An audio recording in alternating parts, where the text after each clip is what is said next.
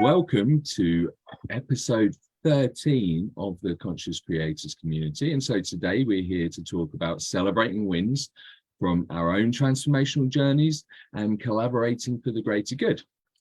So in this show, we hope to share with you the power of transformation. And this show was a show that was created for you, the viewer, whether you're just looking for answers or making positive change or creating a better life, or even want to know about conscious creation. They're all related. And as you will see, if you watch the previous shows that we've done, which if you're in our Facebook group, the Conscious Creators Community Show, you can find pinned to the top of the group there, and they'll remain there until we start the next season. But after that, you can search hashtag show or shows, both of them, and you will find all the shows we've done so far in the group. So just going to start today by, as always, asking a question and getting everybody to introduce themselves. And so the first question is, what have we learned about celebrating our wins, both big and small, and how doing so has improved our overall sense of well-being and motivation? So I'm actually going to do something I don't normally do. I'm going to start today, and I'm just going to say really thankful for starting this show. You know, this was something where I never knew what would come of it, and so much comes from it. I mean, talk about motivation and inspiration. Every time we do a show, both everybody on the show and everybody in the comments inspires me to realize new things, to think about new things, to try new things. So Paul, you are first on my left. So what have you learned about celebrating wins, both big and small? And how has doing so improved your sense of well-being and motivation? I think it's really important that we take time often to just reflect on who we were prior. And I sometimes think that, like, when we talk about things like transformation and wins, they're not always like massive, great big quantum leaps. Like sometimes they're like really small, like shifts in our perspectives, little attitudinal shifts, or little moments when we have those ahas. And it's really important, I think, to celebrate those, because it's in the celebration that we acknowledge, and in the acknowledgement that we integrate whatever that is. Because it's wonderful to have an aha moment or a win, or some kind of moment where you've really stepped up your game, you've stepped into yourself, you've owned a piece of yourself. It's important to do that. However, it will fade into a distant memory if we do not find a way to anchor that perhaps new perspective that you have that comes from that win or whatever it is that you're doing, that transformation. Without the integration of that, it will just fade into the distant parts of your memory and will just become a moment that was nice within your life. So to me, like the act of celebration, and for me, like as a pagan, celebrating is a big thing. Like, so we celebrate in a grand way. So like food, fires, drink, that kind of stuff. Like that's a generally big celebration. But for me, like just genuinely sitting there and accessing that point of gratitude, like I've said before, like every day I've got my altars in my healing room, and I give offerings to the spirits and the gods that I work with. It's part of my process of celebrating, because each day I'm celebrating the fact that the sun has risen again, my eyes have opened, and here I am back upon this land and having another opportunity to do something great, or something beautiful or artistic or creative. So that for me is what it all comes down to. Thank you. Brilliant. Thank you, Paul. Brenda, you are next on my screen. Hi. My name is Brenda Johnson. I'm an energy healer. You could find me at torontoshaman.com. And what I think about celebrating the small and big wins is, I think it's important to realize this is a journey. It's like maybe 20 to 40 years of your life that you've collected any of these issues, behaviors, and things. So even small little wins, it's going to take a few years, perhaps, not always, but a few years to incorporate everything. So don't, like Paul says, don't beat up on yourself if you're not there yet. So even small little wins is progress, and each one's going to build. And you remember that you're changing lifetimes worth of behaviors and habits, learned behaviors and things people have put on you And it's going to take a while to shift that, to change it. And just as Paul says, just wake up every day and try and be joyful. The joy is coming, right? The suffering is over and the joy is coming. And it's possible to start just forgiving and being grateful for everything. That's a huge shift. Forgiving is huge. When I hurt my shoulder, I did one healing, and forgiving gave me 60% pain release and mobility for forgiving. It's a small little thing like that. So however you're going to celebrate, it's a great, great journey. And just that you took the step, just that you're aware, you're conscious, you took the step. So glad that you're doing that for yourself and loving yourself. So thank you very much. Thank you, Brenda. I love that. Yeah, and I mean, something to be very grateful for, getting movement back just from forgiving. So such a simple thing to do when you learn how. Gabe, you're next. Yes, I accept. Hello, everybody.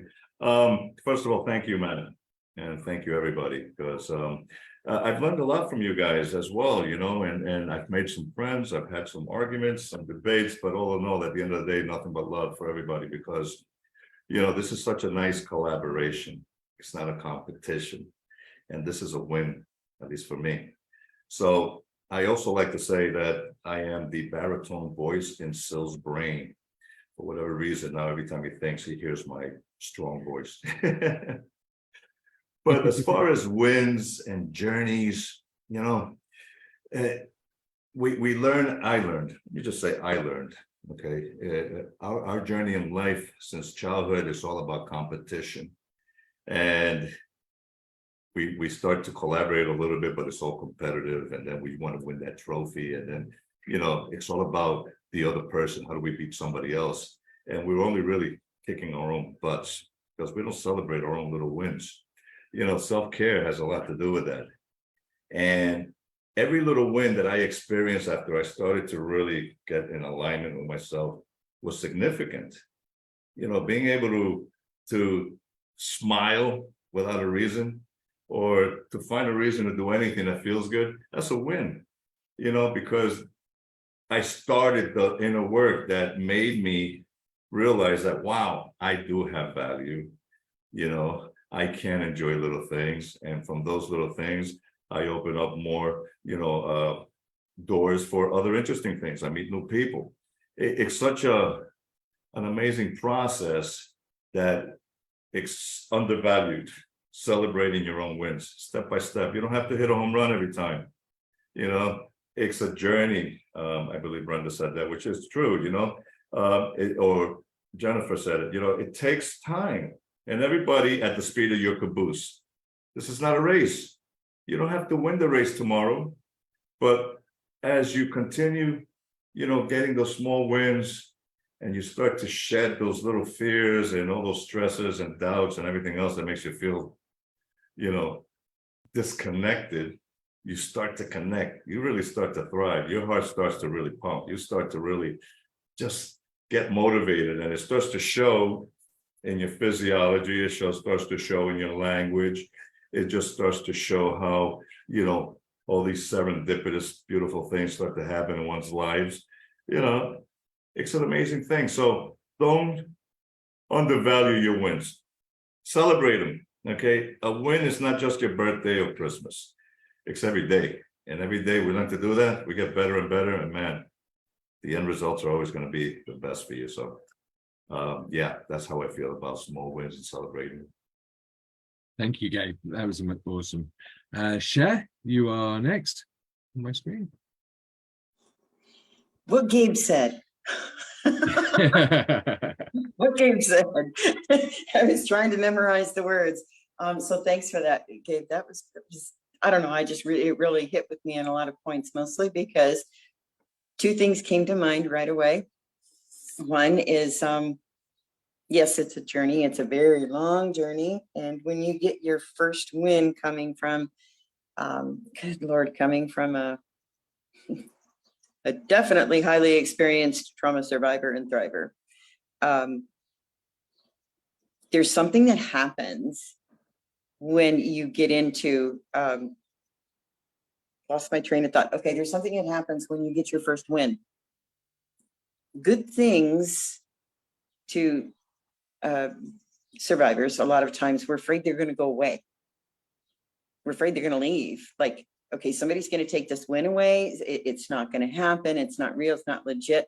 So believing that you just did something way awesome or something really cool just happened in your life, being asked to celebrate yourself, that's pretty darn scary. So learning to celebrate yourself, learning to celebrate all the good stuff about you. When you start to do that, I felt vain. I felt selfish. And it's like, oh no, everybody else is doing so much better. Well, no, that's not true. I did really awesome because I did something really good. For one, I stepped up and started speaking on videos and groups and supports and sharing my opinion and my voice. So that's a huge win. How will this impact me going forward? It's only going to get better from here. It's only going to get better. I see nothing but growth in my future, even at my glorious age. So that's all I have. Great question. Thank you so much. That was awesome. And Anna, you're next. Thank you, Matt. I'm Anna. I'm an artist. I help people connect with their creativity and through it empower themselves to be all that they can be. This is a great question. And it's a question that I've explored over the years. From my perspective, there are three basic needs that we have besides the needs of having food and shelter and all of that. And I call them kind of like spiritual needs. And the first one is freedom. Everybody wants to be free. And what does that mean? I'm going to reference share. I understand what she's talking about because I too have come from a very long life of trauma. And I didn't feel free. I felt like I had no voice, like I had no choice.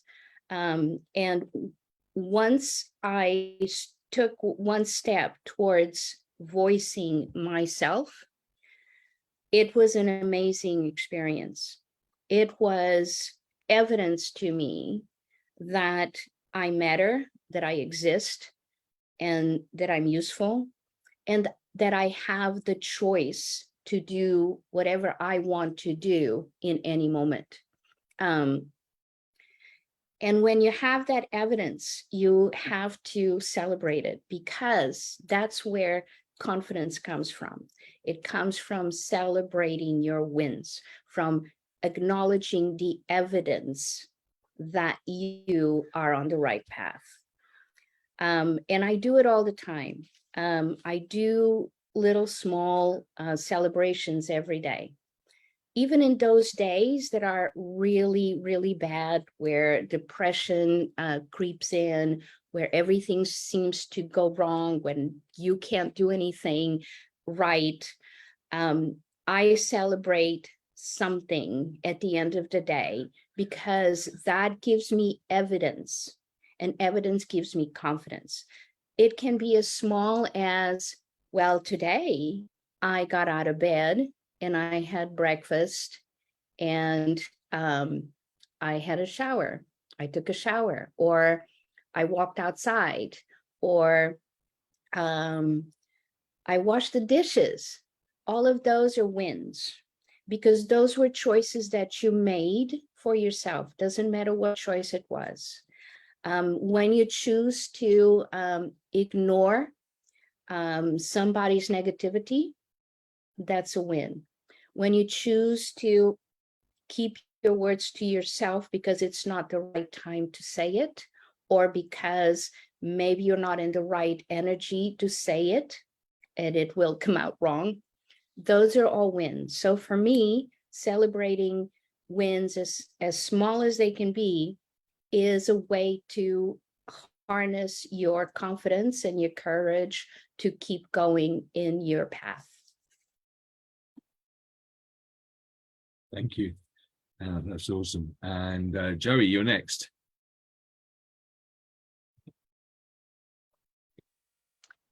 Hello, I'm Joey Costa from Presence Manifest. And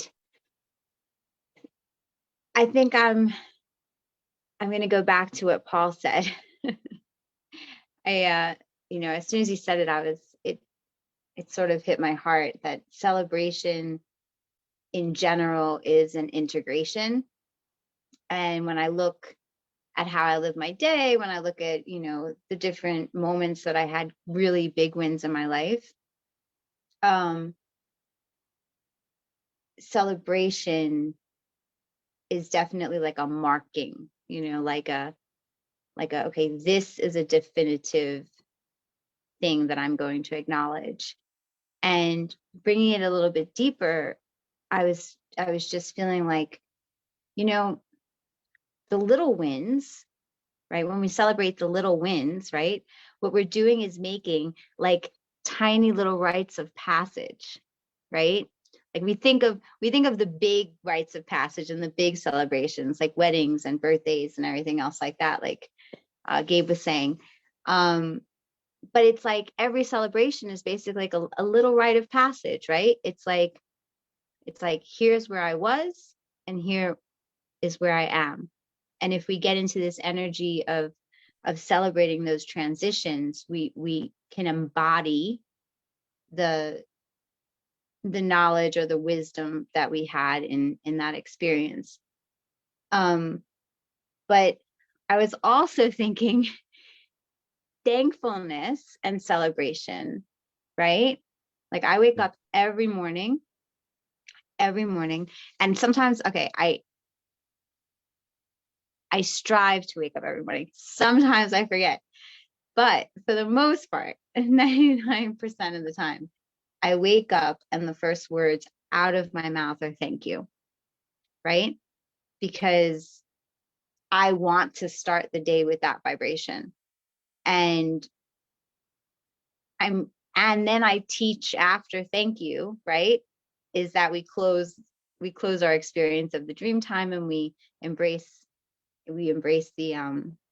the day that's coming, right? And that in and of itself is a little rite of passage. So all this stuff is just tying together in my head right now, like the things that I was even doing that I didn't realize I was doing. But thankfulness, gratitude, celebration, all of that is energy that moves us from where we were, integrates what we've known, and sort of opens up ourselves to where we are. So, if you can spend most of your day celebrating, you're winning. Yeah, for sure. 100%. So thank you, Joey. Jennifer, you're next. So I really liked what Anna said about how her confidence comes from the acknowledgement of, I forgot exactly how you said it, Anna, but it was beautifully stated. When we notice, that's another thing too. Before we celebrate our wins, we need to notice them. And a lot of times our wins go unnoticed. We're so focused on what we don't have that we're not noticing what we do. So like what Joey said with the gratitude, that's a great way to mindfully take notice of your wins, is to set aside a time and say all the things you're grateful for, and your wins are going to come out in your gratitude. And just by acknowledging that, it does make you feel good about yourself. It does give you hope for the future. Cher had mentioned how with trauma, sometimes people that have been through trauma just expect that everything's always going to go bad for them in the future. But when you take the moment to acknowledge and celebrate your wins, both big and small, you're telling yourself, well, look, good things happen to me as well. And that can become a habitual way of thinking over time. It won't happen the first day that you do it. It won't become a habit. But after you put some time into it, that can really change the way that you look at things, I think. So And I feel as far as it improving our overall sense of well-being and motivation, it just makes us feel good. It just makes us feel good from the inside. And what we look for, we will see. So if you look for your wins, both big and small, you will find them. If you look for your failures, you will find those. Just depends on what you're looking at. And that's all I got on that. Thank you. Yeah, great points, Jennifer. Okay, Sil, you're next on my screen. For me, celebration is about a whole bunch of A terms: appreciation, attention, awareness, acceptance, acknowledgement. And I focus on what I've accomplished and achieved. And oh, that's what I celebrate. My progress, that's what I celebrate. This is very important to me. And particularly to acknowledge that I have accomplished, achieved, accepted, found some value, found some benefit, something's come to me, some magic in my life, and the moreness. This is very important because we've been trained so much to emphasize and pay attention to the negative.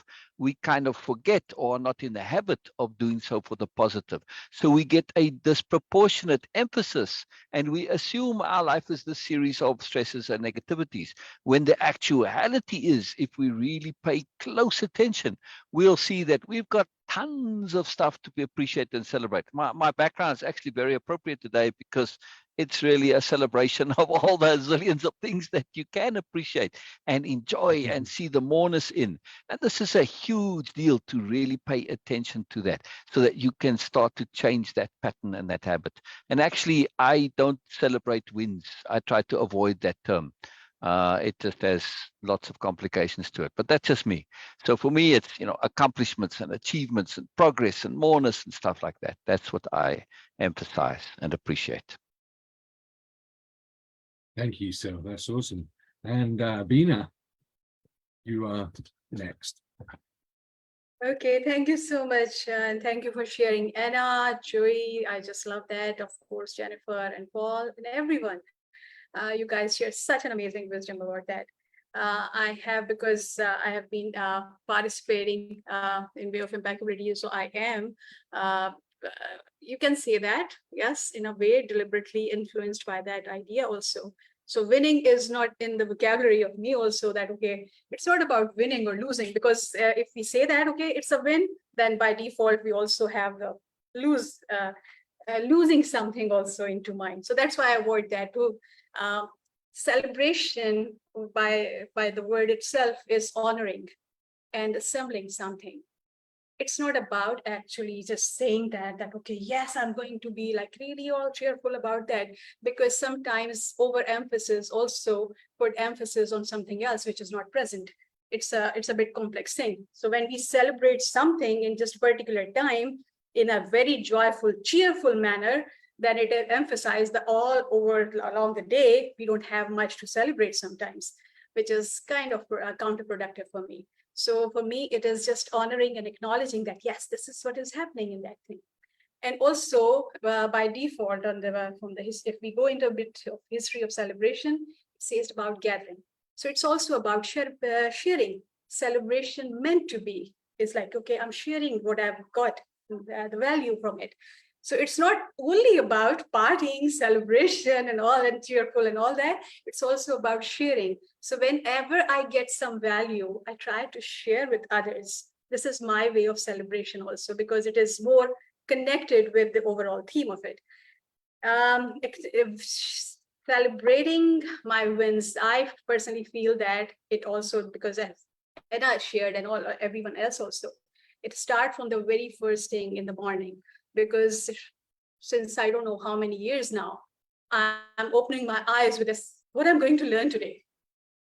And I know that people say that don't go and look for your laptop or your social media on your phone. I do that because I say this Facebook, this all social media platforms, they are my playground.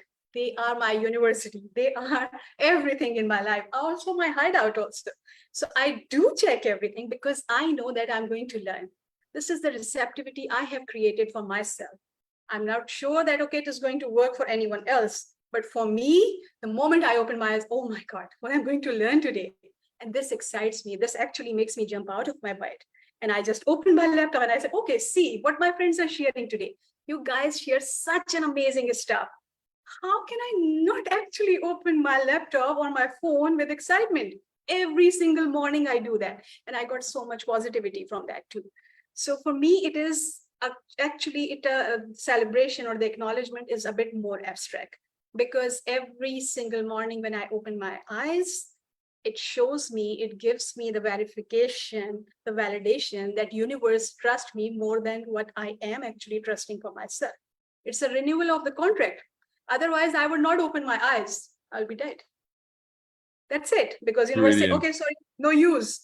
If I am able to open my eyes, it means that universe is trusting more than myself. I just love that. Every single morning gives me joy, energy, enthusiasm, everything positive. And I personally, of course, deliberately choose to connect my celebration and my happiness with more abstract, because it is not going away.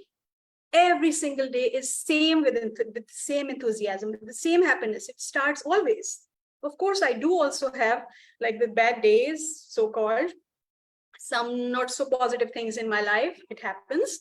But the day starts with this understanding that universe is trusting me. Still, universe have some more to share with me, and I can do more. That's the celebration thing I just attached my happiness with. So every single morning, my morning, always 100% always start with the enthusiasm, with the joy, with the positive note.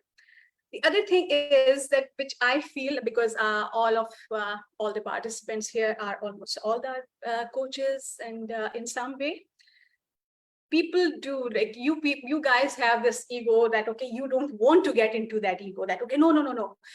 It's all you have done. You always say that to your participants, to your clients, that, okay, no, it is all from you. But I personally feel that we should acknowledge the value we are getting from other people, because it's not about them, it is about me. Every single time when I acknowledge that I got some value from you, I am actually emphasizing, by repeating it in the same way, with the same enthusiasm, I'm actually magnifying, amplifying my value. So it is for the participant side, it's a benefit for them to actually repeat and celebrate and acknowledge your value, not to boost your ego. Sorry, I know that. Okay, everyone is so impeccable. They don't want to get into ego. Oh, no, I haven't done anything. It's all your work. I know that. But of course, it is good for you. But it is a good for you, for the other person, for the other side also, to acknowledge whatever I'm getting from you, Matt. I am acknowledging, because it just gives and emphasize my value. It amplifies that. Every single time when I appreciate you, I got more value. From everyone, of course, from Gab, from Anna, from Joey, from Paul, everyone. If I'm missing anyone's name, sorry. Sil, yes, and you too. So for me, I just connect my celebration with a more abstract way. So not actually just going into any specific details, because it emphasizes that, okay, when I'm not getting something positive, according to my understanding, though everything is positive. So that's why I choose to connect and attach my happiness, my enthusiasm with a more abstract way, that universe is trusting more than myself, in myself. So this is what my thoughts are. Thank you so much for giving me time. Thank you, Beena, a really great share there as well. I really love that. Absolutely. And I think, like, one of the things you mentioned there that I just want to mention is that I think generally when people, the advice not to go on phones, etc., is because of people's narcissistic tendencies. So they're going onto the phones for the wrong reasons. Actually, like, when you get to a point where your life's nice, your social media is nice, you can go on there and have a good experience. I like a bit of communication in the morning. I used to be off the phone, but now I go on Messenger and try and do a bit of communicating in the morning. It's always nice to talk with people. So yeah, I think you got to make up your own guidelines. If you're going on there looking for likes, Absolutely. looking for appreciation, looking for from other people other than yourself, then yeah, stay off your phone until you appreciate yourself, for sure. Yeah. Okay, so on that note, I mean, so how did we start this? How do we start to cultivate a mindset of gratitude and positivity, and start to recognize the progress and achievements we made along our journey? I mean, I know it was something I overlooked for many years, and my answer's just very simple, was journaling was the first thing I did. So, Sil, you've got your hand up. Did you want to say something before we move on? Do you want to answer that at the same time? Yeah, real quick. I just wanted to say in response there, or a continuation of what Bina said about when we emphasize on one thing, it can tend to de-emphasize others. So I avoid favorites as much as I can, because the moment I say something's a favorite, I sort of devalue everything else by contrast. So I try not to do that. So I'm just helpful to be aware of that we can do this de-emphasizing inadvertently. Yeah, absolutely. When we used to say it was our best friend at school, call the amount of trouble that would cause. I'm not your best friend. Okay. So yeah, I love that. Thank you, Sil. Okay, so anybody want to share? So I started cultivating. Gabe, you want to share there? Yes. Cultivating, we hear words like that, right? And most people who are trying to get on a healing path of any sort, we hear this kind of language and it sounds confusing. To cultivate a mindset from the one that we currently have. So there's two mindsets based on what my experiences have been: fixed mindset and growth mindset. Fixed mindset is who you are based on your subconscious programming, who you became, that's your persona, your identity. A growth mindset is somebody who defies that and says, I want to become a new version of myself. So to cultivate that kind of mindset, I love that your question includes elevated emotions, gratitude, positivity, excitement, because that's what it takes. We cannot allow ourselves to think it's more complicated than what it is based on the language that we hear. We can literally change our mindset immediately by just being grateful.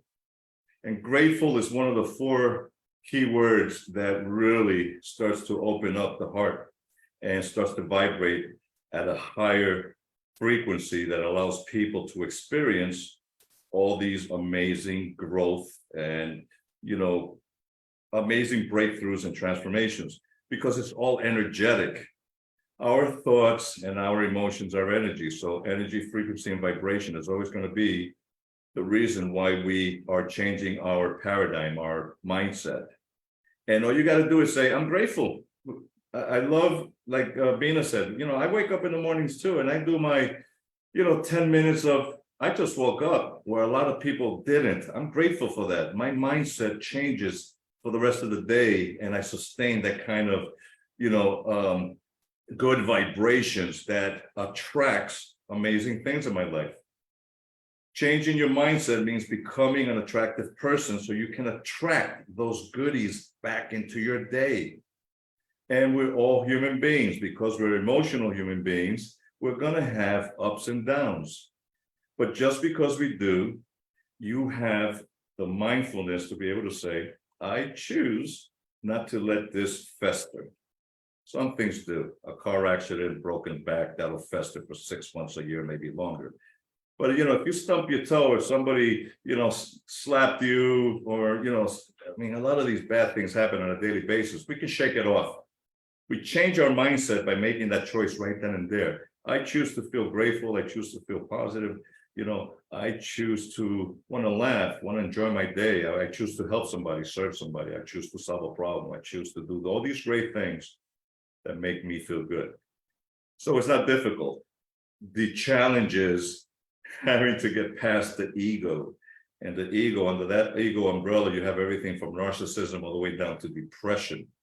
Again, all energetic, feelings, which can be shifted to vibrate higher. And that way we can just get along with ourselves. When we get along with ourselves, people get along with us. Again, become an attractive person so you can attract good things. Being attractive is a positive vibe. How can you scoff at that? Look at Paul. Paul is an attractive person, and he attracts that kind of energy. All you guys do. And I say Paul because he was smiling, like really, really cool smile he had while I was talking, But it's not that difficult, guys. Stress exists because it's mental. We create that based on experiences, circumstances, so much science behind it. But self-care, self-love, positivity, being grateful, this is the beginning of your mindset shift. Just do that every day. Be happy, be thankful. I thank everything every day. I do. I'm thankful. I'm thankful for everything that I'm doing here today. Now I'm ranting, but let me stop and just say, okay, mind shift is a choice, and you just gotta love wanting to become that which you're not. If you're an angry person, love becoming the happy person. You know, find yourself, because you can, based on mindset. It's just a choice, and it's a good choice to make. So do it, please, because it's only going to make your heart just beat that much better. You're going to live a long time because of it. That's yeah, my views on that. We could talk about this all day. Brilliant. You might end up doing so, but that was awesome, Gabe. Thank you. Paul. Thank you. It's interesting, like, so your question, how did we start? Like, for me, I started practicing gratitude way before I even knew what the term was. And for me, like, the first time I ever practiced like deep gratitude for being alive was after a pretty horrendous night on the town, should we say, that I ended up in hospital, a rather nasty bender during my drug days. And I woke up the next morning and I was just hearing the horror story of what had happened and being grateful for that. So I started a practice of just being grateful. But it wasn't until years later that I actually realized that I was actually practicing. It wasn't that I saw The Secret in like 2008 or 2009. They were talking about this thing called gratitude, but I developed this practice every day. And for me, gratitude is three things. It's something that exists in the mind. It's something that we say, and it's something that we act upon. And that for me is the three cornerstones of magic. So as a practitioner of paganism, as a magic practitioner, like for me, practicing gratitude and cultivating that comes from looking at the world around me and like thinking and taking and drinking in the whole world and going, you know what, I'm really grateful for this. A cat just jumped past my window. Oh, wow, I'm really grateful for that. And actually then saying it out loud and then doing something to represent that gratitude. So for me, and I talk about, and I said it earlier, about the offerings I give. So the origin of the word sacred offering actually comes from the word sacrifice. What am I willing to sacrifice in order to gain something greater? I'm going to sacrifice 20 minutes of my time to give myself an offering, to be something sacred. So to meditate, perhaps, to contemplate the joys that have come into my life. And that's really like the final part. Like, we talk about these things like having gratitude journals and gratitude meditations and gratitude boards and, you know, waking up every morning and seeing the first 10 things that you're grateful for. But what about the emotion that comes behind that? And the emotional bit is the final impact. Like, that's the bit that makes magic real, like the feeling of happiness. And if you think about like I'm not a huge believer in karma, but I believe in like the world being energy, and energy is like a current. Right? We talk about things like currency. And what else has a current? Well, water has a current. If you were stood at a beach and you threw a message in a bottle out the beach, like it would go out somewhere and eventually it would come back. So every time, and you could do this like as a visual exercise, imagine saying your words of gratitude to the water at the beach and allowing that to go out. Eventually that's going to come back, as Gabe so eloquently said, like it makes you attractive. You attract something back, you draw something back to you. The practice of gratitude is literally that. And for me, I take it that one step further. Like the word gratitude for me, to a degree, kind of has a kind of a tone of like, I'm so thankful, God, I'm so grateful for that. And that kind of makes me feel like a little bit like I'm on my knees.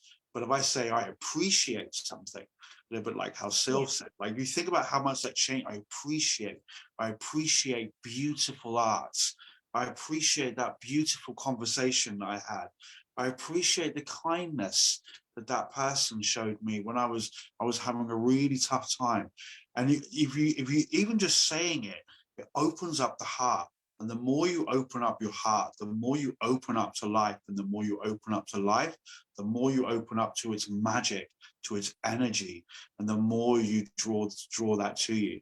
So, and again, like it can be really difficult to cultivate these things if we don't know what we're grateful for, what we're appreciative of.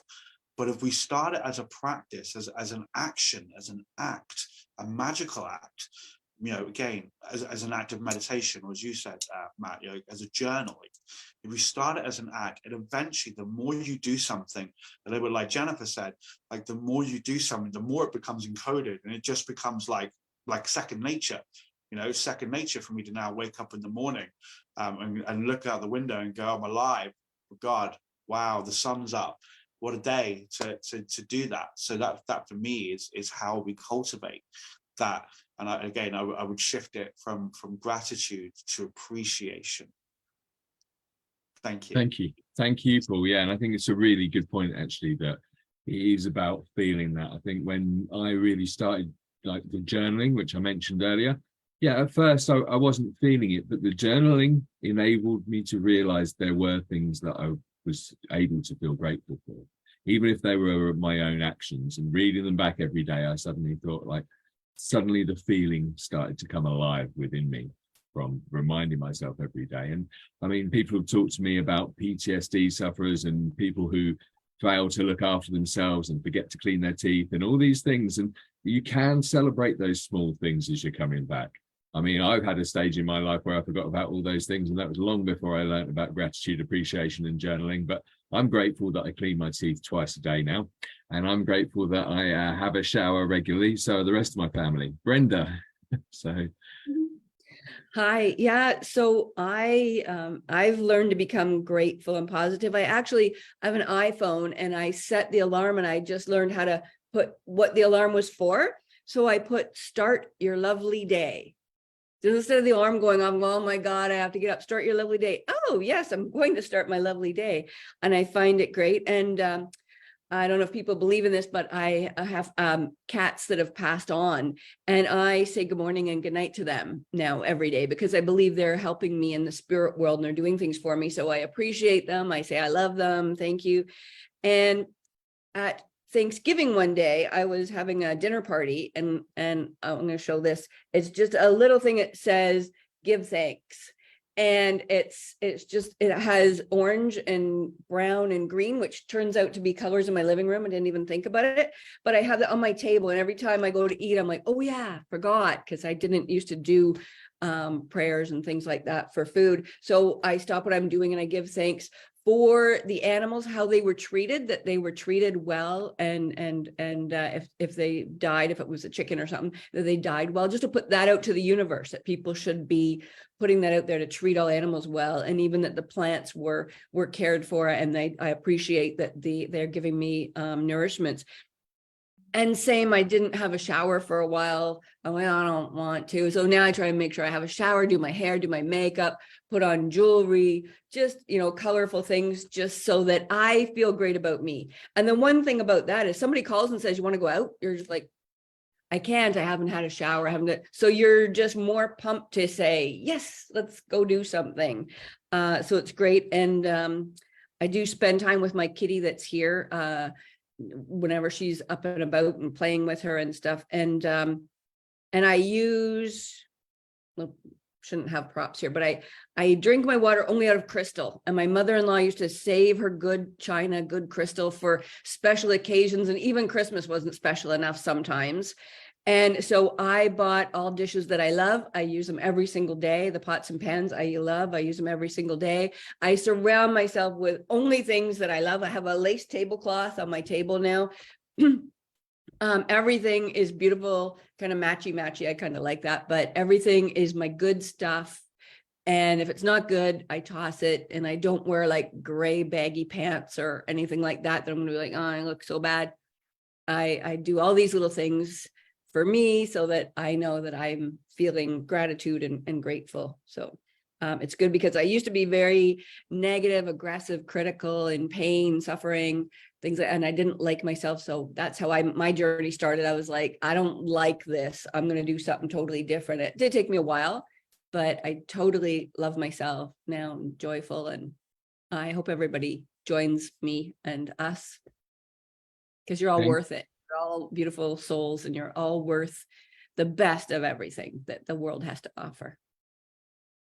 Absolutely, and thank you for sharing your transformation there a little bit as well. So how you were before. I think that's really important. I mean, for me, I was completely oblivious to the things that were going on around me as well. And I had so many things to be grateful for, and I never took the time, if I'm honest, although I would say thanks and other things a lot. And so somebody actually asked, what are our thoughts on positive, toxic positivity? And I think it's, if it's not true gratefulness or appreciation, then it's not a healing emotion. Yeah, it's not something that's going to help you. So on that note, though, what are some common obstacles to celebrating our wins, and how can we overcome them to fully embrace and appreciate them? No gratitude this time, appreciation. Sil, you've got something to say. Yes, obstacle to celebration and appreciation, thankfulness, and all of it is the connection, and I see this so regularly, unfortunately, the connection between celebration and ego and self-importance. So many feel that if I'm saying something positive about myself, I'm being egotistical, and I can't do that. So they don't. And it's really sad. It's really, really, really sad. It's a terrible thing.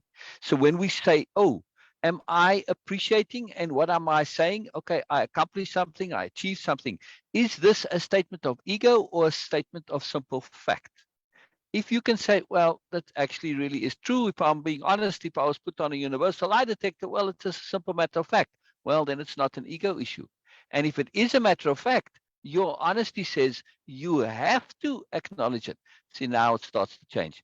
So disconnecting from that default association between assuming that self-praise is ego and narcissism. No, it's not. Self-appreciation is just appreciation. It's not necessarily praise. It's not necessarily inaccurate or false. And when you're being honest, this is a critically essential, important thing. Because you say, well, you've got to love everything in the world, yes? Well, you're also a part of the world, so you can't leave yourself out of that. This is, to me, key and essential, to include yourself in that general love of the world, which most wonderful, good people who suffer from this, they have this as their basis, but they don't want to include themselves. Hello? How does that work? So it's very key. Self-appreciation is not ego.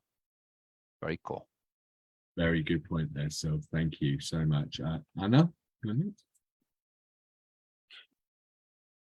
Oh, I'm already unmuted. Good thing I didn't have anything else going on. Yes, I want to go back and put a little bit of accent between on the difference between gratitude and appreciation for me.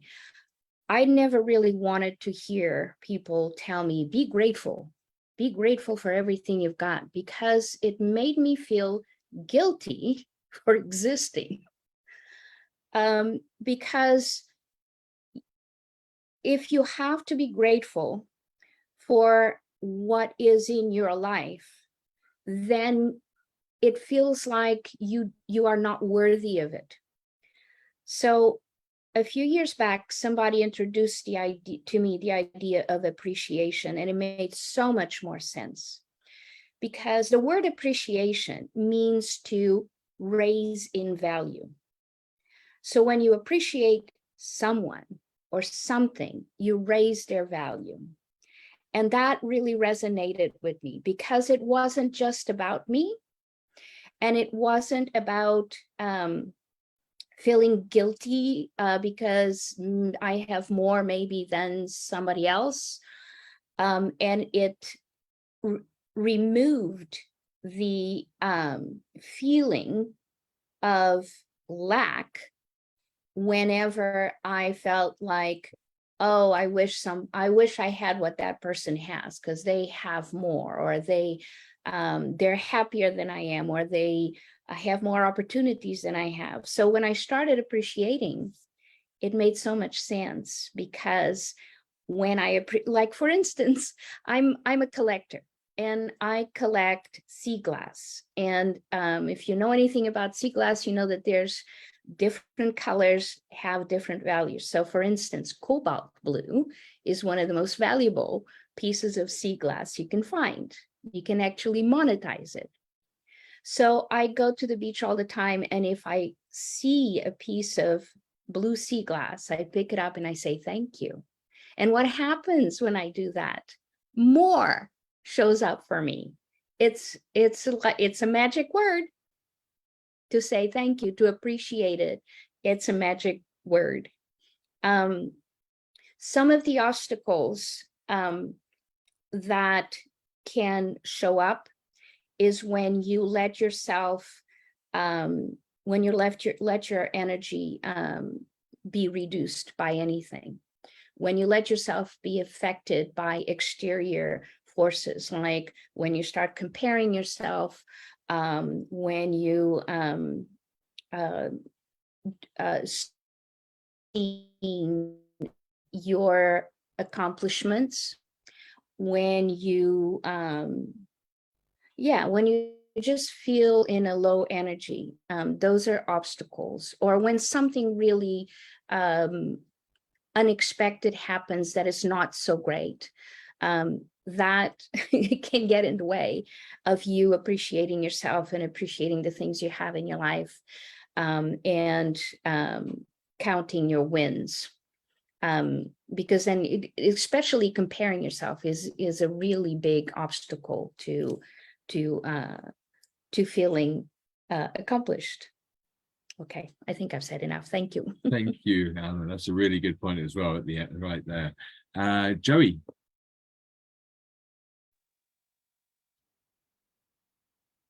The first thing that came to my mind with obstacles for appreciation or gratitude was the word comparison and thinking, right? Because gratitude really is kind of a feeling.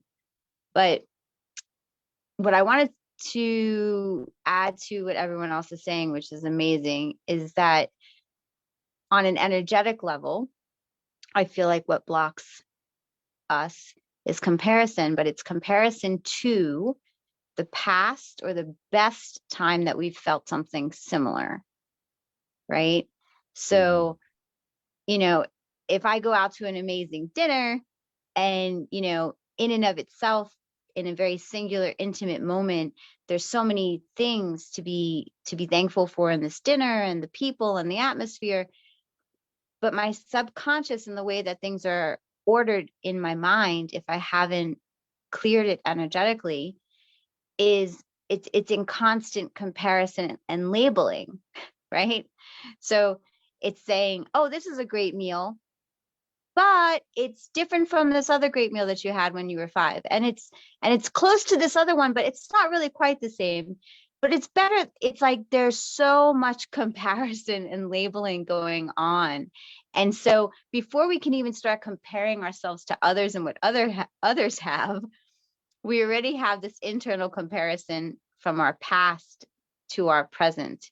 And if we're not doing something to cultivate an energetic present state or an intimate state or a mindful state, all of the above together is the best, then we're gonna sort of just miss and not even know it, but we're just gonna miss a lot of the nuances and the beauty and the, you know, slight variations and the new stuff that's sitting in the corner that we're just not paying attention to because our brain just said, oh, I know this room, I've been here before, you know, so it stops looking, right? So I think the biggest obstacle to gratitude for what's going on now is our gratitude for what already happened, right? So you have to update and keep present and keep clean your state of gratitude, so that you're always in an evolving fluid state of gratitude, and you're not defaulting to the gratitude that you felt 2 years ago or 10 years ago, because it appreciates. Gratitude appreciates, it grows in value. And if we're applying a lesser value to something newer, it's going to diminish our connection with that gratitude, which is going to diminish our feeling of that gratitude, which is going to diminish our sharing of that gratitude, which just overall dilutes the ecstatic nature of being alive. So I think Great. that's what I'm going to say. Well, great point as well there, Joey. Thank you. Sil, you're in there again. You want to add something? Yes, just to follow on both Joey and Anna, that relativity.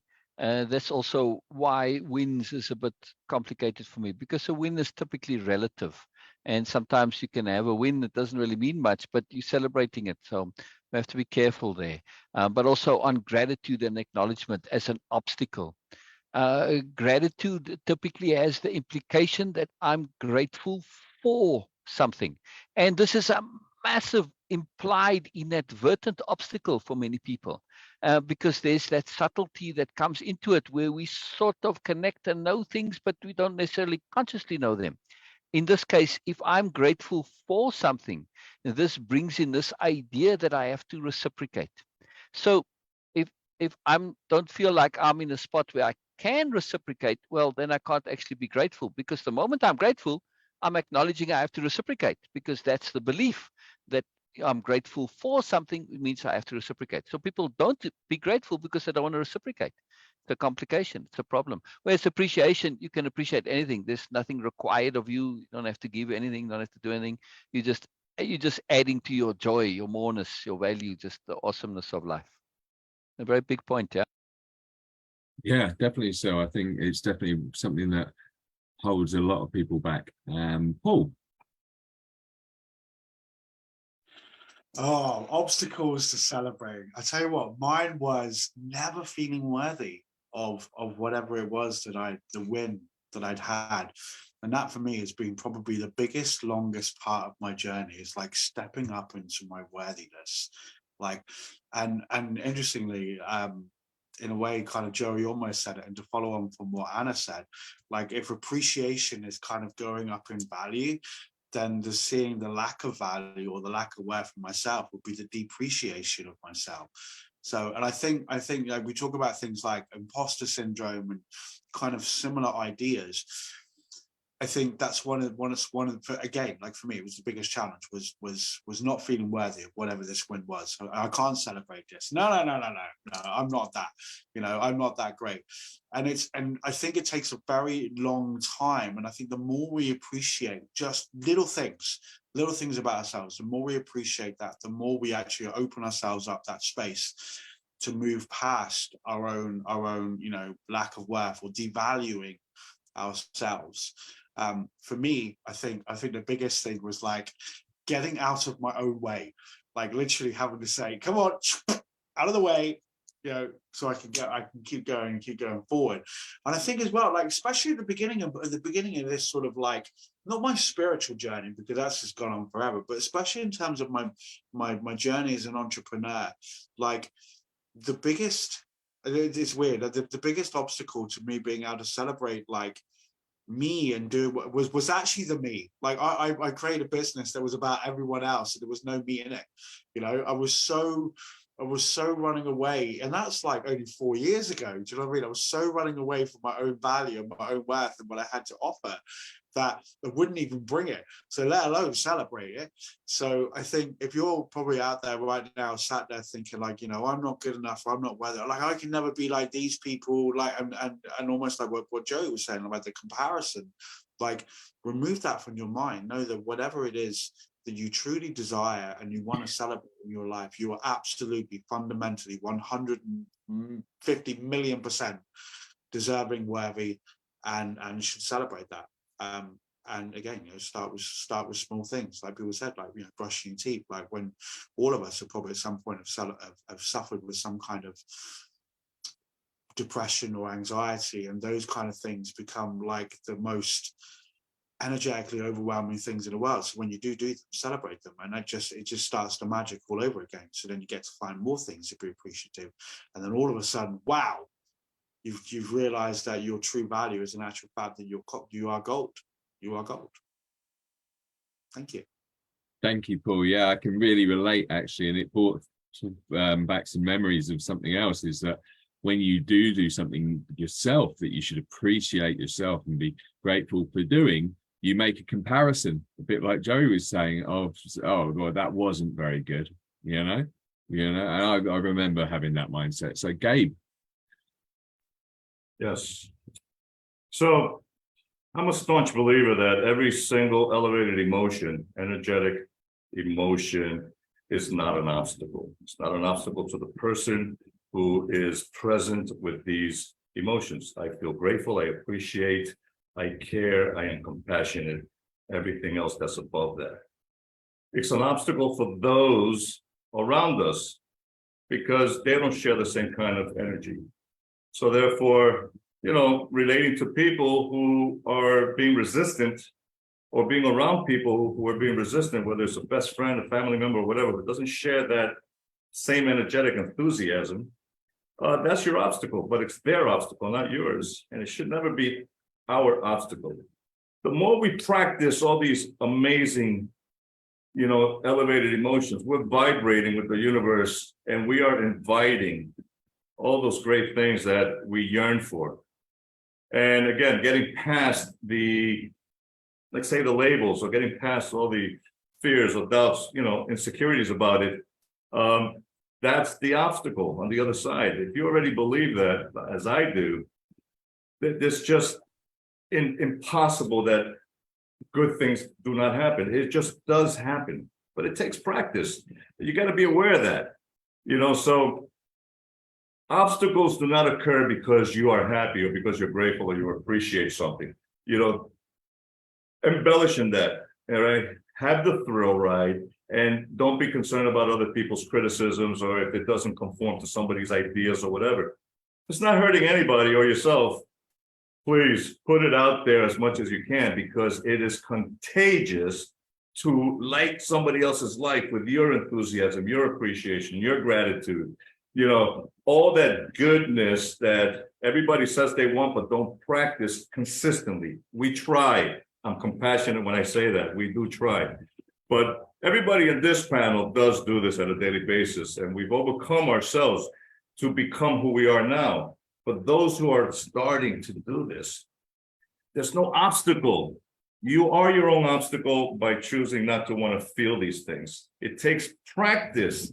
But you got to believe, because what you think and feel creates that paradigm. And the more that you keep practicing this amazing feeling of appreciation, good things happen. We heal. Anything is possible. Just ask Walt Disney. If you can think it and believe it, you can achieve it. That was Napoleon Hill or Zig Ziglar, one of those guys. There's so much inspiration that's being served and that we've followed, we preach. And the reason why we continue to do this is because it's not just it's working now, it's been working forever. We're just not paying attention to it. The more we pay attention, our energies, thought and emotions to that 4 keywords, gratitude, appreciation, care, and compassion, amazing things happen in your life. There's a lot of science behind it. You just got to go ahead and do it and be in the present. Every time you do this, you got to be in the present. And as you do, you're going to find out that, wow, I'm glad I listened to these people because, quite frankly, it's never going to hurt you. It's going to make you smile. Like Venus smiling hard. And Paul, love the smile, Paul. So yeah, that's what I got to say. Joey too, Joey. Clapper, Joey, clapper. Awesome. Yeah, and I think that's really, really good point as well, is that gratitude and appreciation is for you. It doesn't need to be acknowledged by others. And that's why when other people who are around you are not celebrating in the way you are, it doesn't matter, because as long as you're celebrating inside. Bina. Okay, so along with what all you guys were saying, that of course, absolutely. For me also, I just want to add something into that. The first thing is not slowing down is the biggest obstacle to not celebrate. It is actually because we don't slow down to see how much value and how much we have already achieved. Okay, I'm not in favor of using achievements and winnings and all that, but just to say that okay, we don't slow down. Otherwise, we can actually see that how much value we are getting. And the second thing is the other obstacle we have is attachment, because once we don't detach ourselves from the value, because we assume that, okay, oh, this is something I have done. oh, this is something, yes, I was doing that. Once we attach our ego with anything, no matter how positive it is, we don't feel free enough to celebrate that. Once we get detached that, okay, this is the value, no matter where it is coming from. If this positive outcome is happening right now, no matter I have done this or anyone else, I'm just celebrating this positive outcome, this positive energy. So we don't celebrate the source, but the outcome. This is the problem that, okay, sometimes we just get so attached with, because that, okay, oh yes, I have done something, so my I will trap in my ego if I celebrate that, or what other people might think of me. So once we get detached with all those things and just celebrate the pure value, learn to start celebrating the pure value, then nothing can be an obstacle. As Gab was saying that, okay, yes, then what's the point to feel that? As Joy was saying, it's the same thing. It's about getting detached from the thing. Once we have done something, yes, now it's a pure value and I'm celebrating this outcome. No matter it is coming from me or for anyone or whatever. It is just the pure value. And this is something, okay, it's an abstract concept also, that we have to always connect our celebration, gratitude, or as Paul was saying, appreciation, to the abstract, to the value. Then nothing can be an obstacle to celebrate anything. So these are my thoughts for that. Thank you. Thank you, Beena. And yeah, I actually had written down here, making time. So like you're saying, slowing down. I think such a crucial point is that when you're not in the habit of actually appreciating or being grateful for things, you actually have to start by making time to show that appreciation, that gratefulness. Even if it's 5 minutes, start with 5 minutes. And when you start realizing how good it feels, you'll be on to 30 minutes a day somewhere. So Anna, you are next. Yeah, thank you. What came to mind was one of the obstacles is being in a mindset of lack, meaning that there's not enough. I know that I've done this, and really only recently in the last few years have I overcome it. And it has to do with comparing yourself with others. But whenever somebody would achieve something really wonderful, great, my first reaction was, oh, well, now I don't have that opportunity because this person has already done it. Or there's no way I can get that because look at them. They have so many more resources than I do. There's just so much luckier than I am. This is a mindset of lack. And it's exactly the opposite of that. Because if you think about how everything is energy, the energy you put into something is the energy that comes back to you. So energy increases whatever you focus on. So if you see somebody, if you hear of somebody's wins, if you see somebody have a great success, to celebrate that person and their success actually claws back to you that same kind of energy, because it's a creative process. If you think about, just pretend that you are an artist and you are creating. What you're doing is you're working with energy. So when you create something out of nothing, you're calling upon yourself and what you're doing, a particular kind of energy. And no, I lost my train of thought. So speaking of obstacles, having this mindset that there's not enough is an obstacle to actually bringing more abundance to yourself. So celebrating someone else is the same as celebrating yourself, because there's so much abundance in the universe. The universe is infinite. The possibilities are infinite. So there's never going to be not enough. So if somebody is successful, that means that you have the chance to be successful too. You just have to focus on your way of being successful and not compare yourself with somebody else.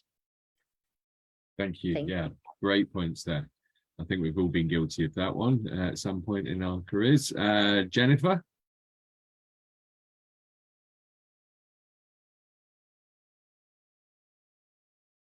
I hit the wrong button. I apologize. That's okay. I would like to talk about using comparison in a positive and useful way. You know, a lot of times it will become an obstacle to us if we are comparing our situation to a better one than we feel like ours isn't very good. But you can always do the opposite of that. And for me, that has always given me instant appreciation for what I have and that it's not worse. Like whenever I feel like things are bleak, it has throughout my entire life, it has been my go-to defense mechanism and a very effective one to imagine something worse. And it doesn't take very long to think of something worse. And when I realize how quickly I can think of something worse, the realization that that I'm lucky that it's not worse kicks in and appreciation happens. You know, another thing that I do is I tattooed the word lucky on my wrist. And whenever something good happens for me, I rub it, which forces me to be mindful of the event. You know, it forces me to acknowledge that something really good just happened. But yeah, I don't feel like comparison is the devil. I don't feel like it's always a bad thing. It can be a bad thing if you're always comparing yourself to someone who has more, or if you're comparing yourself to a time in your own life when you had more. But if you compare yourself to someone who has far less, I can only speak for myself. That's been a very effective method for me. It makes me instantly aware of what I have, and it shifts my perception, because it's all just perception. Things are only good because we think they're good. Things are only bad because we think they're bad. None of it's any other way. It's just what we think that it is. So by imagining something worse, it gives me the feeling that what I'm dealing with is much better than it is, or than it seemed a moment before I did that. Awesome, thank you. And yeah, and it actually reminded me of something I do all the time. I've been doing for years, probably helped me get through my depression. So like, it's a really good example, like what you put there, because for example, when people moan about this life we live in, I often compare to living in a cave as a caveman. I mean, you know, that gives you, be grateful for what we got now. Cool, come on, like, you have to keep the fire going all night and hunt for your food and run around in a skimpy little loincloth, even if it's freezing cold. I mean, yeah, so I've used that same one before, the caveman thing. I have. I've like, if I complain that a device isn't working, I'm like, imagine having no electricity, or yeah. you know, like it could always be worse. Yeah, it could be better, but it could also always be worse. 100%, yeah. Sil? If we're still on obstacles, for Mhm. me, one of the key obstacles and major obstacles when it comes to anything, never mind appreciation and celebration, is habit. If we really look at ourselves, we are this collection of habits. So the key in order to do these things and get value from them is to change that collection of habits.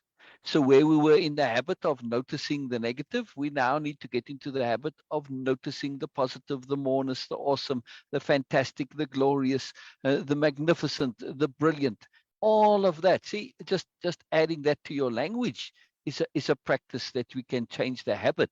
So expand your language, expand your awareness, expand your habit and attention to this positive, and the rest will come. If we start shifting our habits of behaviors and thinking and moods, especially, then we can get into this habit of having this mood of appreciation on a continuous basis. All depends on the habits. So crucial. Yeah, brilliant point there. Absolutely. The habit of negativity, along with many other mind distortions, I believe they're called. Brenda. Yeah, so we were talking about common obstacles to celebrating our wins, and I liked what Anna said, the mindset of lack, and Paul spoke of his business. I had felt before I wasn't good enough to compete for the clients out there, you know, as if there were only a short amount of clients, and I wasn't going to get them. And that's not true. There's people out there that need help with awareness and spirituality and and getting over their pain and their suffering and stuff. So there's a lot of people out there that still need help. It's not a lack of anything. And I didn't want to be busy all day and make $1 million. I had people kind of coaching me to, you could do this and you could do that. But what I really want to do is help people that resonate with me, you know. So I might not be great at every sort of thing, but I want people that will resonate with me and pay forward what somebody did for me. So that's kind of an obstacle I had before. So I'm just going to celebrate that. I took the training for me. I didn't take it to run a business. I took it for me. It helped me. It changed me. I met wonderful, like-minded people like everyone here.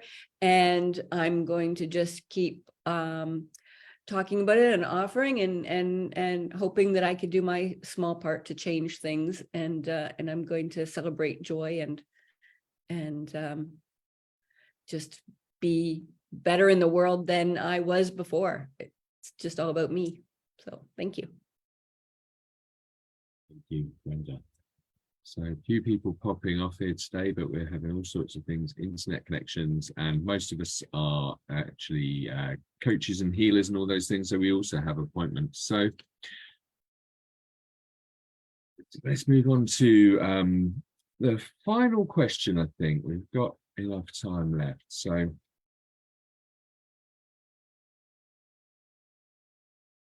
we've kind of covered the fourth question a little bit. And so what are some fun and creative ways to celebrate our wins, and how we can make the practice of celebrating a regular part of our self-care routine?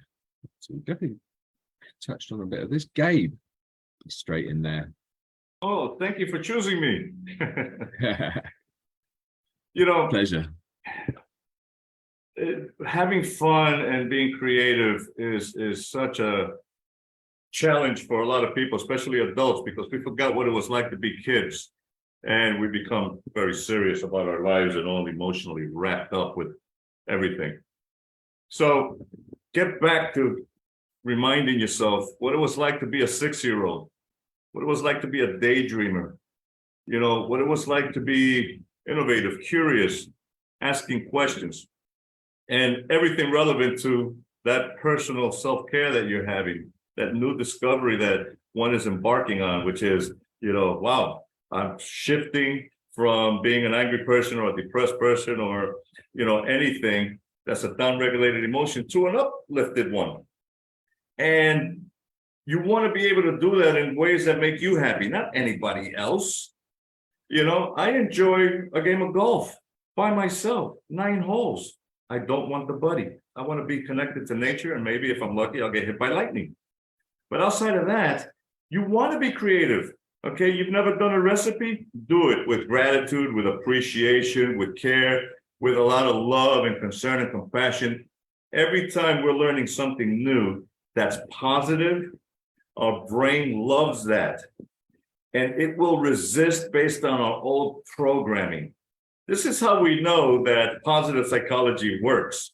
If you get resistance to something that's going to be good and creative and just silly or whatever, that means that positive psychology is working. Your body is telling you, no, I like the way you taught me how to be this way, but that's not the way anymore, okay? We take control of our mind. We take control of our energetic, emotional energy. We align. And the fact that we do that, our brain literally goes down to an alpha state, which allows us to be creative. We cannot be creative in a beta state, you know, in a survival stress mode, okay? You cannot paint your greatest picture or portrait while being chased by a bear. Impossible. So you want to be able to relax and enjoy it, take it all in. This is part of that win-win thing as well, you know? Self-care. I'm actually feeling great, so therefore, I'm going to do something I didn't do in about 10 years, you know? And this is how you want to do this, is practice. You want to practice that. It's part of your celebration. It's not like you're coming out or anything like that, or, you know, it's a big end of millennia celebration. But you have to care enough about yourself to feel good about this thing that you're doing that's new, that's exciting, that keeps you on your toes. It invigorates, it revitalizes, it totally shifts your life towards what you were scared of realizing, which is you are magnificent. We all are. We are so magnificent. We're starting to believe that we are. And it's a blessing because COVID opened the door for that. It has woken up more minds in the last 3 years than in the last 10,000 years. Let's say 2,000, because people prior to 2,000 years ago, they were conscious. They connected with nature. They were in gratitude. But we live in the 21st century where we have all these distractions that really make us a zombie society, more self-defeated. So you don't have to do that. Again, it's such a conscious choice. You get in the present, and I'm just going to wrap up this way. I'm indigenous. I have indigenous genes. I'm a Taino Indian. By blood, 25%, by family, all that good stuff, right? So indigenous people in the United States, because I'm American, born and raised there. The American Indian, the Hopi Indian nation, okay, they used language to maintain themselves in the present. And I'm an English teacher, so this resonated with me so greatly because here's the thing. The Hopi Indian nation never used any language or any words that were not in the present. They live in the present. They don't got this past thing, future mindset. They live today and they make it happen today in gratitude and appreciation, you know, with love and all this great thing. We've lost that, but the last 3 years, a lot of minds have finally been waking up. And this, the puppet masters, they screwed up. They were hoping to create some kind of like mass genocide. Epidemic, oh, pandemic, people are dying. Nobody's dying. We started to die because we believed that junk. So now, if you shift, okay, that idea being presented and keep it in the present, I am not dying. It ain't gonna happen. I'm gonna thrive now because you just opened the doors for me to realize the truth. The truth is that you're magnificent and you're learning how to tap into that superpower. And you can do this based on two things, faith and belief, thoughts and heart coherence. If you're not excited about your life in the present, we got a lot of work to do. And there's a lot of people here who will get you there. But you got to participate in your own rescue. We care and love every single person, but if you cannot participate in your rescue, you're not ready. I say that with all the compassion in my heart. But when you're ready, man, these are exciting times. And if you're not taking advantage of them, you gotta give yourself an opportunity to believe that the possibility exists. We are witnessing our own greatest selves, and you can too. Come and join us. Matt, love, I got nothing but love for you and everybody here. Thank you so much. Right back at you, Gabe. Much love to you. And what an awesome statement there. So true. We have to save ourselves. And I didn't know that about the indigenous Yes, people. So they only talk in the present. Wow. Only. That would be good. That would be amazing. So Anna, you are next. That's true. Native Americans are very, very present.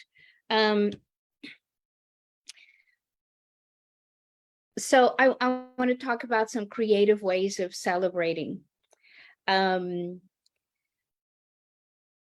One thing I do, well, journaling is one way that I do. At the end of the day, along with my appreciations, I list my wins and accomplishments of the day, no matter how small. And I do a little dance with myself and I say, yeah, you did it today. You lived your life to the fullest. And here's what you've accomplished, and pat yourself on the back, have a little sip of wine and have a party. Another thing that I do, and I actually recommend this to anyone who works with me, is to love on yourself in a really fun way. This dawned on me a couple of years ago. I love songs, and I have some really, really great favorites of mine. One of them is At Last by Etta James. I think it's one of the most beautiful love songs ever written and sung by her. It's fantastic. So what I do is I put together a little playlist of love songs, my favorite ones. I stay away from the ones that are too negative, like about unrequited love and losing love. I choose the ones that are positive, and then I listen to them as if they were about me, not about somebody else. It is powerful when you do that. To celebrate yourself in love, it is the most wonderful thing ever. It boosts your energy, it boosts your self-esteem, and you start realizing that, yeah, I am, at last, I have found myself. At last, here I am, the love of my life. And life is like a song, finally. So that's a really fun way to celebrate your wins, your accomplishments, and to just love on yourself. Thank you, Anna. Really good one. Love on yourself. Absolutely. Paul. I just want to start by mentioning Gabe. Yeah, there's no going back to being 6. I'm still 6 years old. I still live in that dream fantasy world. Like, you know, I practice magic. How more fantastical can you be, right? Creative ways. Like for me, I'm very ritualistic. I'm very ceremonial. So for me, when I'm like celebrating something, I get my drum out, I get candles out, I get incense out. I make it like into a full thing where I'm practicing that level of appreciation for my win. I'm connecting with my spirits.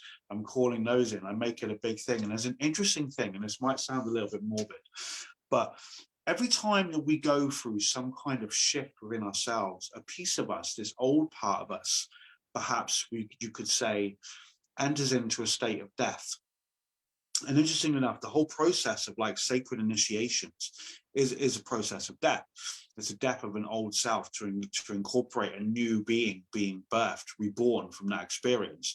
So a lot of the ways, and it might sound morbid, but there are deep forms of ritualistic meditation where we enter into an almost death-like state to let go of that old version of ourselves, to embrace this new, magically more connected, you know, perhaps, you know, again from ritual or ceremony, where we're connecting with a new spirit animal. There's a process of initiated death within that. Now, of course, everyone hears that and they start freaking out. There are other ways that you can do this kind of celebration. Like we talk about like writing gratitude and appreciation journals, and these are great, these are fantastic, and I love those kind of things as well. But also thinking about the things that you'd like to say goodbye, or you're saying goodbye to within this celebration. Perhaps you've entered into a new mindset where perhaps you're deepening your level of connection and appreciation for the natural world, but perhaps then write on a piece of paper all the ways that perhaps you want to let go of, all the ways that you didn't appreciate nature, or perhaps the way that you perhaps damaged nature. Write it down onto a piece of paper. Go out, if you've got like a fire pit, I have mine in my garden, I like to set it off quite regularly. Probably annoys my neighbors a fair little bit, but they do barbecues in summer, so it's all good. And I burn it.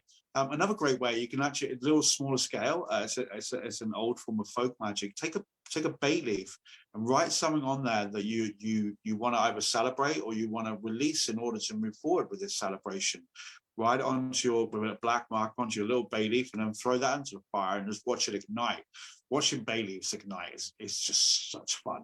But always practice fire safety. Make sure you have sand and water and things nearby.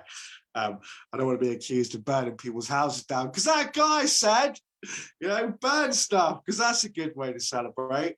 And for me as well, I think Anna said it, like for me, like artistic stuff, so painting, you know, drumming, again, I probably annoy my neighbors, the amount of drumming that I do all day long, but like these are things that like really get me, like when people talk about getting themselves like into that flow pumped state, like it's drumming and chanting for me. that's another way that I really get into that energy of celebrating. And again, a final point for me, like as a pagan, there's no real not celebrating. Like every moment of life is a celebration. Like with every breath is a celebration that I'm still alive, that here I am, I'm still kicking and I'm still going, and it's still an opportunity for me to do something. So just make life a celebration, right? I mean, it doesn't have to be all like pie, hats and cake. It can be other ways, but just make life a celebration. Make love to life. Make love to life. Thank you. Nice one, Paul. Thank you. Brenda. So I do crazy, silly, sort of childlike things to celebrate wins and just celebrate every day.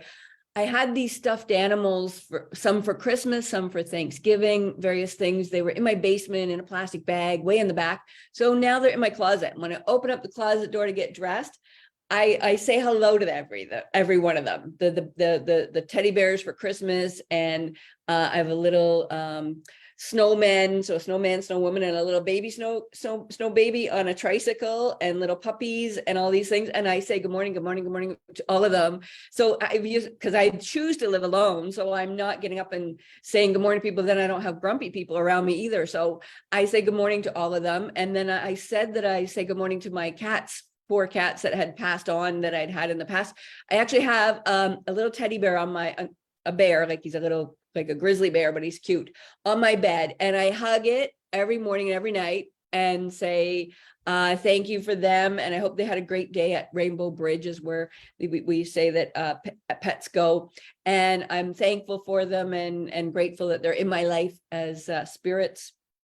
And that's kind of part of my self-care routine. I also do coloring. I do adult coloring, which I've shown Anna and a few people, and they really like it. I really feel connected when I do that. And I just watch something kind of mindlessly, like Big Bang Theory on TV, and then just kind of doodle away and draw. That makes me very happy to celebrate things. And I journal every night on my phone of what I've done.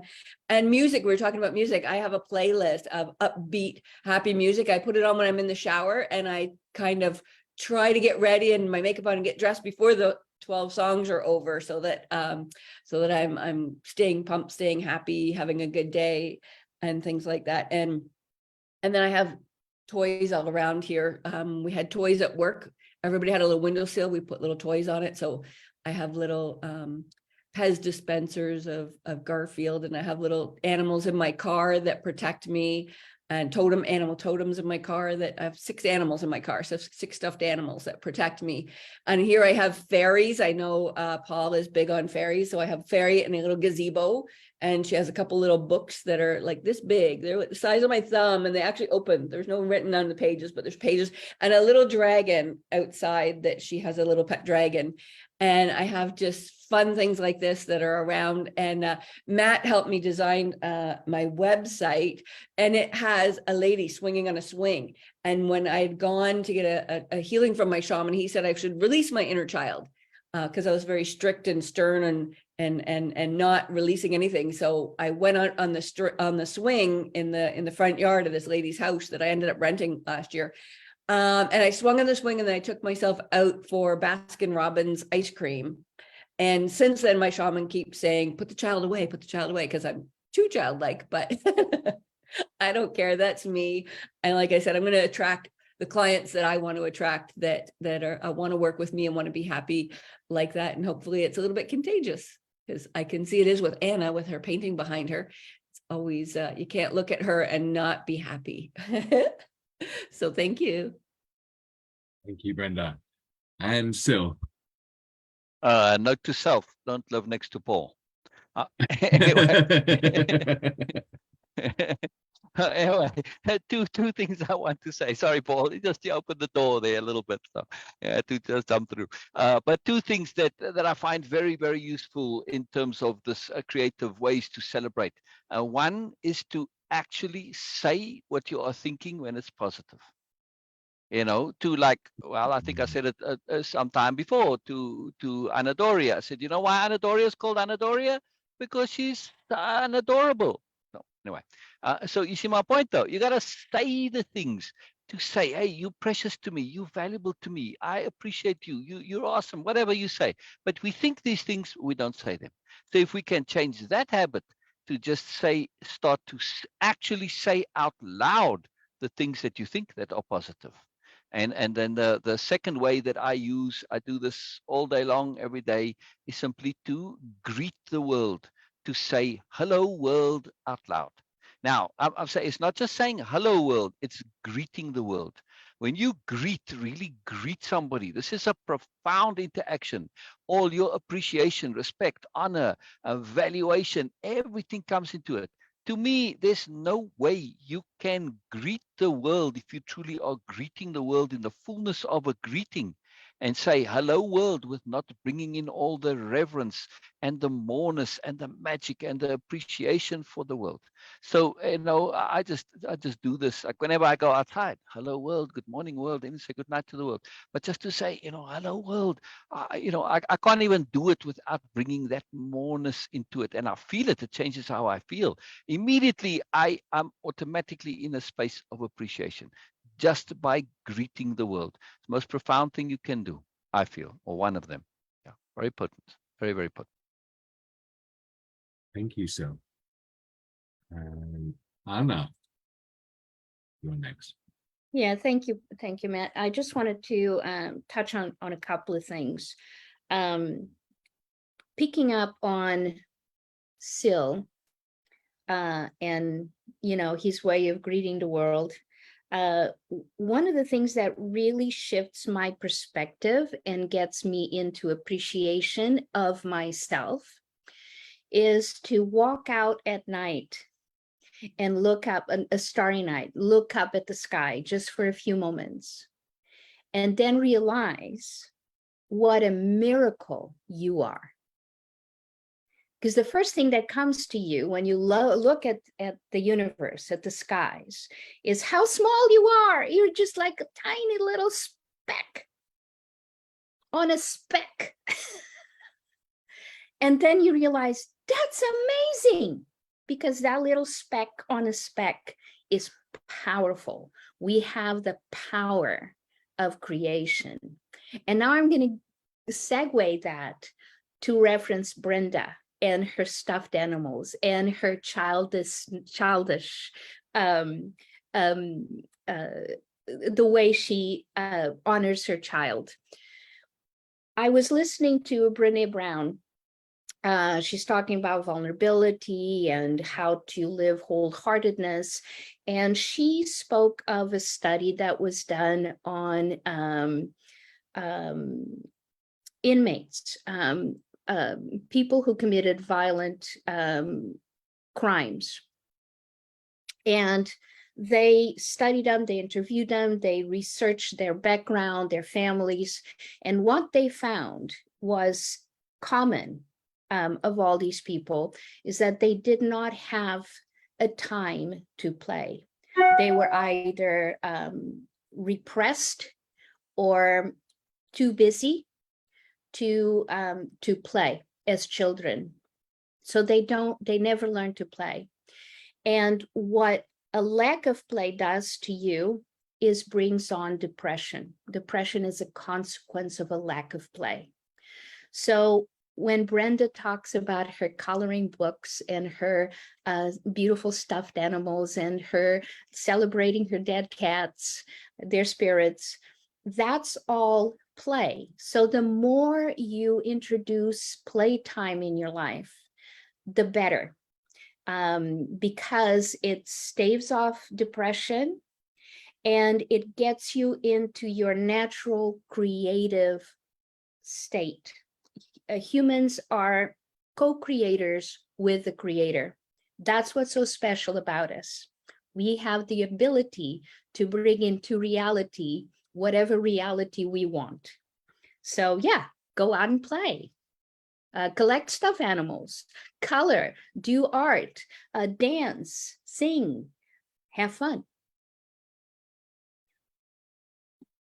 Brilliant. Thank you, Anna. And I think on that note, unless anyone else has got anything to add, I'm going to end the show, because I think you made such a crucial point there, really, like Today, we've had an awesome show. We've been talking about how we celebrate wins, about some of the wins we've had, about how joining this community is such an achievement, accomplishment for all of us, that we love it. And we love having you watch the shows as well. So make sure you celebrate every little thing that you do. Positive emotions such as gratitude and appreciation are healing emotions, and they will change your life. We are a miracle. Life is a miracle. And to be able to create in this life is something to be appreciative of and grateful for. So that's the end of season 1 of the Conscious Creators community. If you missed any of the shows, please check them out in the group. We will be back in a few weeks for season 2. So if you haven't already, put your suggestions down on the pinned post in the group, and we'll be making sure we bring shows that you want to watch for the next season. Have a great time, everybody. Thank you, everybody. It's been amazing.